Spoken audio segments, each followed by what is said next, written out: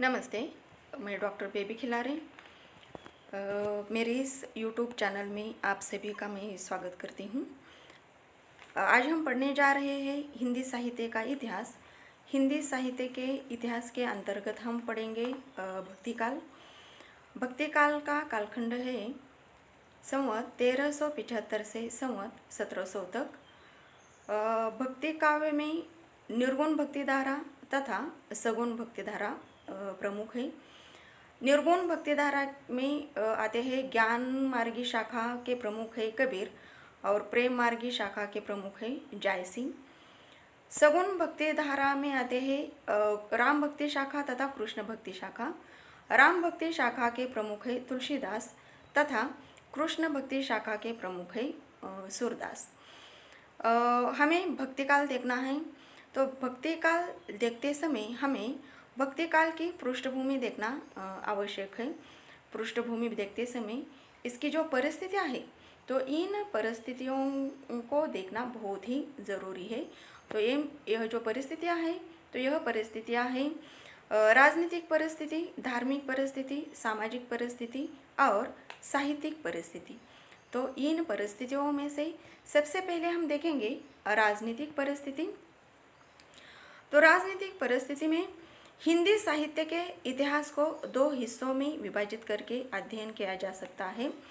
प्रथम भाग में संवत 1375 से संवत 1583 तक, जब दिल्ली पर लोधी और तुगलक वंशों ने राज्य किया, और दूसरा भाग संवत 1583 से संवत 1700 तक, जिसमें मुगल वंश के बाबर, हुमायूं, अकबर, जहांगीर और शाहजहां ने शासन किया। राजनीति की दृष्टि से यह काल अशांत और संघर्षमय काल है। मोहम्मद गौरी के प्रदेशों पर तुर्कों की सल्तनत स्थापित हुई। बलबन, अलाउद्दीन आदि सुल्तान तथा उनके सरदार साम्राज्य विस्तार के कार्य में सफल भी हुए, किंतु उनके अशक्त उत्तराधिकारियों द्वारा उसकी रक्षा न हो सकी। 14वीं तथा 15वीं शताब्दियों में बहुत से हिंदू तथा मुसलमानों के प्रादेशिक राज्य उठ खड़े हुए। सन 1295 ईस्वी सन में अलाउद्दीन खिलजी दिल्ली की गद्दी पर बैठा। उसने मालवा और महाराष्ट्र को जीता। गुजरात जीतकर उसने राजपूताना को तीनों ओर से घेर लिया था। इस प्रकार दक्षिण में भी मुस्लिम शासन पहुंचा। अलाउद्दीन के मरते ही दिल्ली का शासन ढीला पड़ गया। गयासुद्दीन तुगलक ने 1320 ईस्वी सन में उसमें फिर जान डाली। उसने बंगाल, महाराष्ट्र तथा आंध्र तक अपना राज्य प्रस्थापित किया, किंतु कुछ ही वर्षों बाद प्रांतीय सूबेदार की प्रबलता और स्वातंत्र्य घोषित करने की वृत्ति बढ़ने लगी। फिरोज शाह तुगलक ने इस विद्रोह को दबाया था, किंतु उसके उत्तराधिकारी निकम्मे निकले, अतः राज्य की शक्ति प्रांतीय शासकों के हाथों में चली गई। 15वीं शताब्दी प्रांतीय शासकों का युग है। राजस्थान में मेवाड़, मालवा, गुजरात, बंगाल, जौनपुर, कश्मीर आदि स्वतंत्र रियासतें बन गई। तिरहुत में कामेश्वर ब्राह्मण ने हिंदू राज्य की स्थापना की। उनके पौत्र गणेश्वर ने उसे स्वतंत्र कर लिया। गणेश्वर का पुत्र कीर्ति सिंह और पुत्र शिव सिंह दोनों स्वतंत्र हिंदू राजा थे। बुंदेलखंड में गढ़वाल, उड़ीसा में सूर्यवंशी के स्वतंत्र राज्य थे। बहमनी सुल्तनत टूटकर 4 हिस्सों में बंट गई। 15वीं शती में पठानों ने फिर से दिल्ली ले ली। 16वीं शती में बाबर के आक्रमण के समय सभी स्वतंत्र प्रादेशिक राज्य थे। इस समय भारत के मुख्य शासक मेवाड़ के राणा सांगा तथा विजयनगर के कृष्णदेवराव थे। बाबर ने सन 1526 में पानीपत के मैदान में युद्ध के नवीन उपकरण के बल पर इब्राहिम लोदी को पराजित किया। शेरशाह के समय में पद्मावत लिखा गया। शाहजहाँ के शासनकाल के अंतिम दिनों में बुंदेलखंड में चंपत राय और महाराष्ट्र में शिवजी की स्वतंत्रता की कोशिशें सफल हुई। मुस्लिम प्रजा में शिया और सुन्नी लोगों में सतत संघर्ष चलता रहा। बहुत से शासकों ने हिंदुस्तानी भाषा, संस्कृत, साहित्य, संगीत तथा कला को प्रोत्साहन दिया था। अधिकांश मुसलमान शासक भारतीय थे और उनके सलाहकारों में अधिकांश हिंदू थे। अकबर, औरंगजेब आदि के दरबार में हिंदी के कवियों को बराबर आश्रय मिलता रहा। कोई भी साहित्य युगीन स्थितियों से प्रभावित हुए बिना नहीं रहता है, किंतु भक्तिकालीन साहित्य इस बात का अपवाद है। आगे हम देखते हैं सामाजिक परिस्थितियाँ। 14वीं 15वीं शताब्दियों में हिंदू मुसलमानों में जीवन के प्रत्येक क्षेत्र में आदान प्रदान हुआ। हिंदुओं में जाति पाति और शादी ब्याह के बंधन कड़े हुए। एक ही परिवार में हिंदू तो कुछ मुसलमान रह जाते थे। तब तक हिंदू मुसलमानों में विवाह होते थे।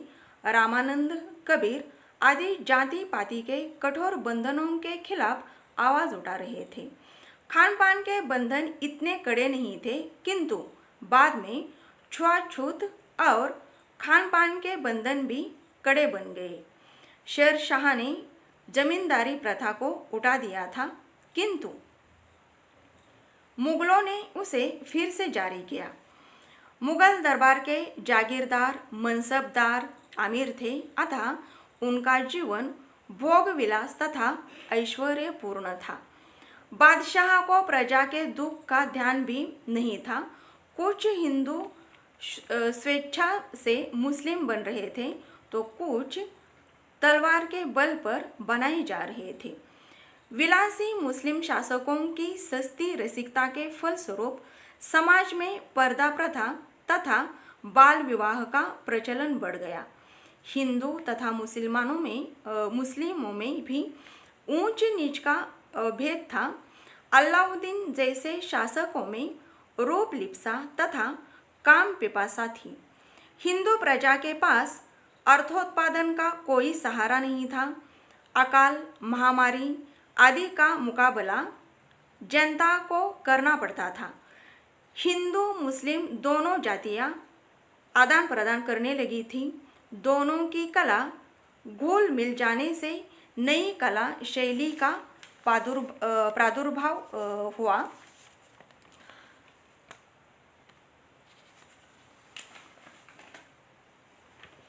आगे हम देखते हैं धार्मिक परिस्थिति। भक्तिकालीन धार्मिक परिस्थितियों को दो भागों में विभाजित किया जा सकता है। बौद्ध धर्म की विकृत परिस्थिति और वैष्णव धर्म की परंपरागत परिस्थिति, और इसके अतिरिक्त विदेशीय धार्मिक परिस्थिति जिसे सूफी धर्म कहते हैं, जिसने भारत में स्थान बनाया था। महात्मा गौतम बुद्ध के महानिर्वाण के बाद बौद्ध धर्म महायान और हीनयान में बंट गया। हीनयान में सिद्धांत पक्ष की जटिलता और दार्शनिकता होने के कारण बहुत कम लोग उसमें दीक्षित हुए।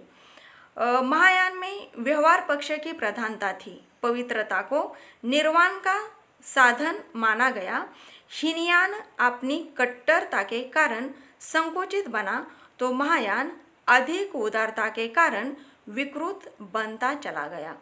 शंकराचार्य तथा कुमारिल भट्ट ने बौद्ध धर्म पर प्रखर प्रहार किए। सुसंस्कृत जनता हिंदू धर्म की ओर आकर्षित हो गई। महायान संप्रदाय ने अनपढ़ तथा असंस्कृत वर्ग को तंत्र मंत्र, अभिचार तथा चमत्कारबाजी से वशीभूत रखा। इसी कारण इसका नाम मंत्रयान पड़ा। मंत्रयान से वज्रयान निकला और उसमें 84 सिद्ध दीक्षित हुए।